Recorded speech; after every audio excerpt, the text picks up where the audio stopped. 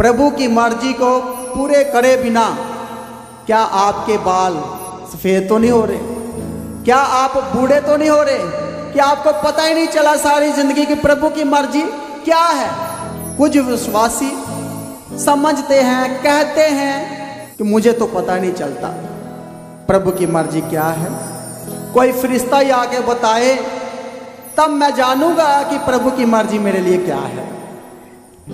चाहे कोई प्रोफेसी करे मेरे लिए, अगम वाक करे, तब भी मैनू समझ आना, एकदम मैनू समझ नहीं आता। चाहे यीशु मसीह डायरेक्ट आके मुझसे बात करे तब मुझे समझ आना कि प्रभु की इच्छा मेरे लिए क्या है। हालेलुया। लेकिन मैं आपको कहना चाहता हूं, आपके लिए क्या प्रभु की मर्जी है इस पवित्र बाइबल में पहले से ही लिख दिया गया है। हालेलुया। यदि आप इसको पढ़ोगे, अपने हाथ में लोगे, तो 90% आपको पता चल ही जाएगा कि प्रभु की मर्जी आपके लिए क्या है। जो वचन में लिख दिया गया है। अब आपको कोई प्रोफेसी की जरूरत नहीं है, किसी स्वर्गदूत की जरूरत नहीं है, किसी इंसान की जरूरत नहीं है। इसको पढ़ो और समझो कि प्रभु आपके लिए क्या कहता है। हालेलुया। प्रभु की मर्जी क्या है आपके लिए, वे वचन में सब कुछ बता दिया गया है। हालेलुया। अब आपको किसी का इंतजार करने की जरूरत नहीं है, किसी की भविष्यवाणी की जरूरत नहीं है, किसी के प्रोफेसी की जरूरत नहीं है। अरे भाई, इसको पकड़ और पढ़, और ये लव लेटर है तेरे लिए।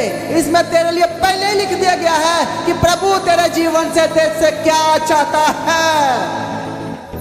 पहले से ही लिखा है प्रभु की मर्जी क्या है और इंसान के लिए क्या है, और वो क्या कहना चाहता है, उसने पहले से लिख दिया है।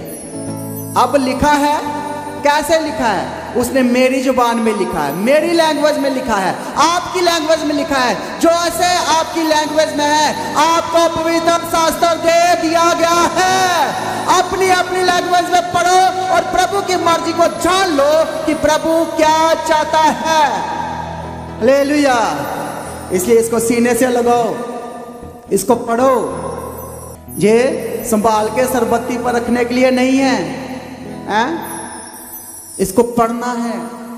इसलिए आपके पास कोई बहाना नहीं है कि ये इंग्लिश में है, हिंदी में है, पंजाबी में है, सारी लैंग्वेज में है। दुनिया की जितनी लैंग्वेज है, सारी लैंग्वेज में ये लेटर लिख दिया गया है और हर देश विदेश में पहुंचा दिया गया है, हर घर घराने में दे दिया गया है। हालेलुया।